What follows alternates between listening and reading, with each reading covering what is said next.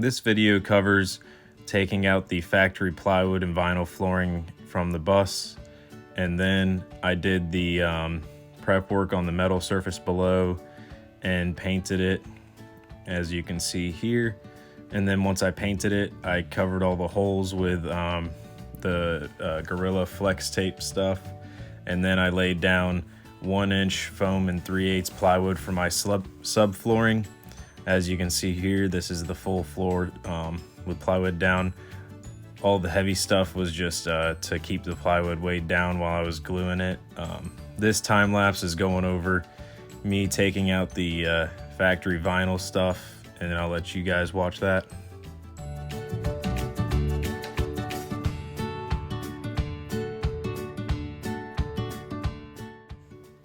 You can see here I tried to use a heat gun, hoping that it would soften the glue and then I could just pull up the vinyl, which it worked a little bit, but it was definitely not the most efficient way to get the vinyl up. So then I went to another method, using an oscillating tool, trying to get all the vinyl up, which worked pretty well to get the vinyl up. And then I took out the screws and tried to rip the boards up after I got most of the screws out, which worked pretty well. But then we ended up deciding that you didn't really need to get much of the vinyl up at all. You just had to cut a slice down the edge where the plywood was, and you could rip up a board at a time and just rip all the screws through the plywood.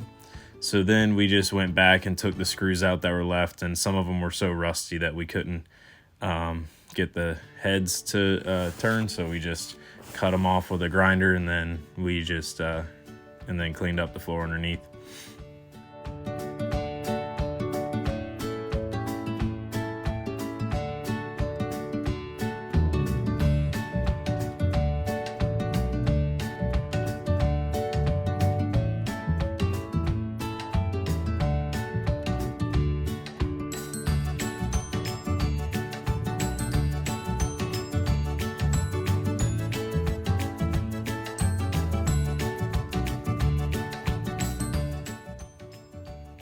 You can see here that I found out that once you get an edge, it's pretty easy. Just use as long of a pry bar as you can find. Maybe also use a board or something to jam under there once you get some progress.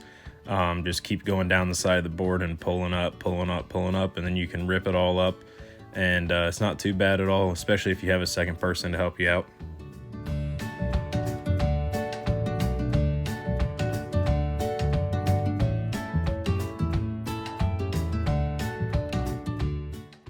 Now that the flooring's all ripped up, you can see us going back and taking some screws out, and then taking a grinder and cutting some of the screws that wouldn't come up.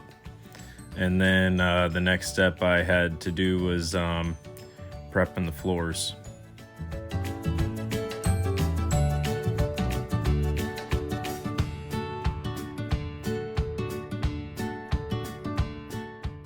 So this is a special bit that applies to my bus since I cut the back wall and shortened it.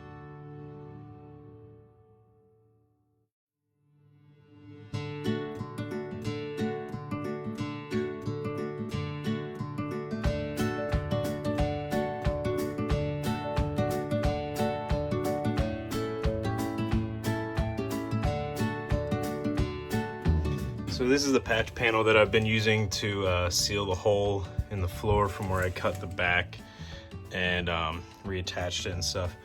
So you can see there's some rivets that are already in it. Those were all like the factory rivet holes, because this was a piece that I just took off the side of the bus. And you can see like this side has a lot more than that side has on it. And I'm gonna trim it up close to this yellow line. And then I have to draw all these rivets out that I put in for the temporary use.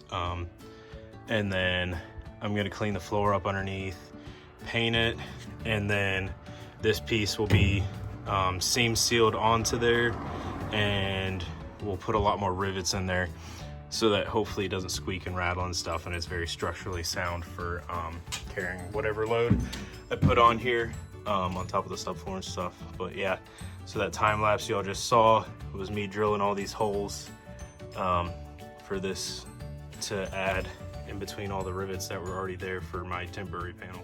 And now that I drilled all the extra holes, I'm going to go ahead and drill out all the rivets that I put down to hold it in place before, so that I can clean all the floor underneath it, trim the panel up, and then we will clean the rest of the floor, all the little rough spots, and then I will be painting it and then reattaching this and sealing it so that it is one uniform little piece and works out well.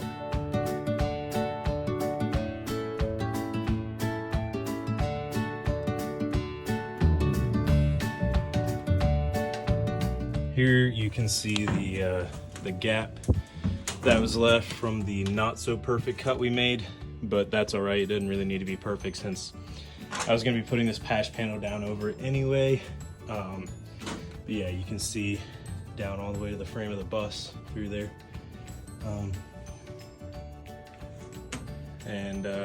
So now you can see all the holes that are drilled. So I just got to make sure I get it all lined back up, and I will rivet it all back together once I have all of this underneath cleaned up and painted.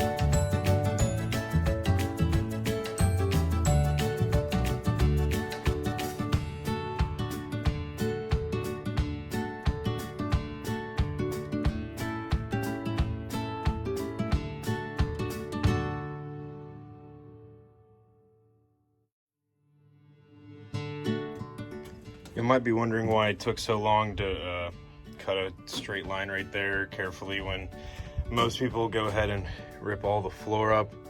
Well, I don't really have time with the build to rip all of this up, so I'm just going to leave the front wood as it is, and just from here back I'll be doing my floor cleaning and insulating and subfloor, because up here it's not going to really change any much. So I'm just going to leave what factory floor there is, especially since I'm going to be taking this to get the materials for the project. So I need to be able to drive it to the hardware store, so I can't just take the seat out and rip all this out and leave it all torn up. And then you may be wondering why I use this instead of a circular saw to make that cut. Well, the depth, let's see, the depth adjustment on this saw, the lockout is all rusted up, and I couldn't get it to function, so I wouldn't have been able to set the depth, so I wouldn't be getting into the sheet metal, and it was quicker to just go ahead and cut it real quick with this and not make a run to the store instead of going to the store to get another saw or whatnot. So whenever I go get materials for insulating and putting down subfloor, I'll get a circular saw while I'm out, but I just didn't want to make another unnecessary trip. But yeah, so this is gonna be the edge of my floor right there, and it'll be a nice little transition right there. So now I'll get back to cleaning up all the rusty bits on the back here, and next step will be painting.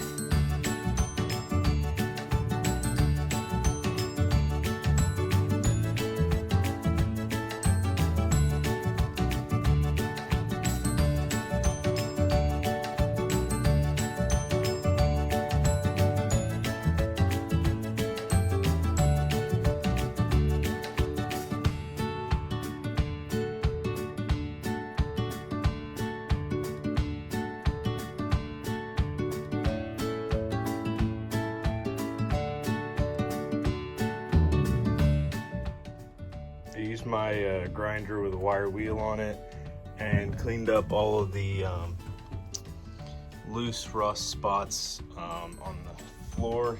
So then now I'm going to use some rust converter spray paint on the pieces, like the stuff that's stuck on there good. So then it'll be ready to be painted with the whole floor, because I'm going to paint the whole floor just using the leftover white paint from painting the roof. And then once the floor is all painted and cured, I'll be putting down the insulation and the subfloor. So stay tuned for those next little bits.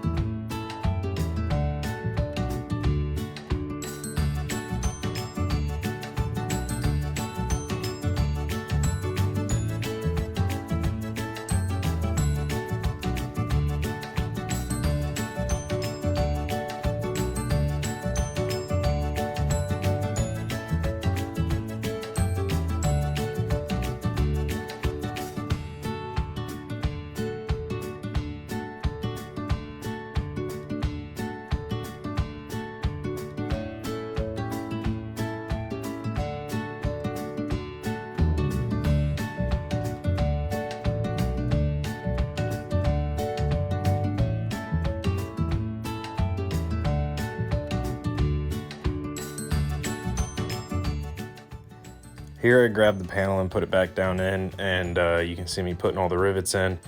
I wanted to put all the rivets in loosely before pulling any in, so that way if I needed to shimmy the panel around a little bit, there wasn't one rivet that was sucking it all the way down. And you can see I used a Harbor Freight pneumatic rivet gun, and that thing is a life changer. I would not want to do those all by hand. This step of the floors is done. It's all painted, which I've gotten it kind of dirty again, but that's fine. So I took this patch panel, trimmed it down, made it look cleaner, and added a bunch more rivet holes so that it is very securely attached, so there's no squeaking or vibrations or whatever from the two panels touching each other. And then you can see there's some seam sealer stuff squishing out, because I used some seam sealer between the two panels so that hopefully I don't have any leaks coming up from the bottom there. But I don't really see much leaking coming from the bottom, but it doesn't hurt to use seam sealer if you have the seam sealer anyway. So this step is done. I'm gonna go and patch all these holes, all the seat bolt holes, with just some of the seal tape stuff. I chose Gorilla, but there's Flex Seal brand and all that too. And then I'll put this panel over the access to the tank. I just have it off to the side. I forgot to put it on a second ago, but it's just a few screws. So now we'll get to patching all these little holes in the floor, and we'll see how that goes. For all the rivets in the patch panel, I was using the Viair onboard air setup that I have in my Cherokee. I have a past video on some of the information on that, if you're curious about that. And it worked out pretty well. Never lacked air, and it's got 100% duty cycle at 100 psi, so it did just fine.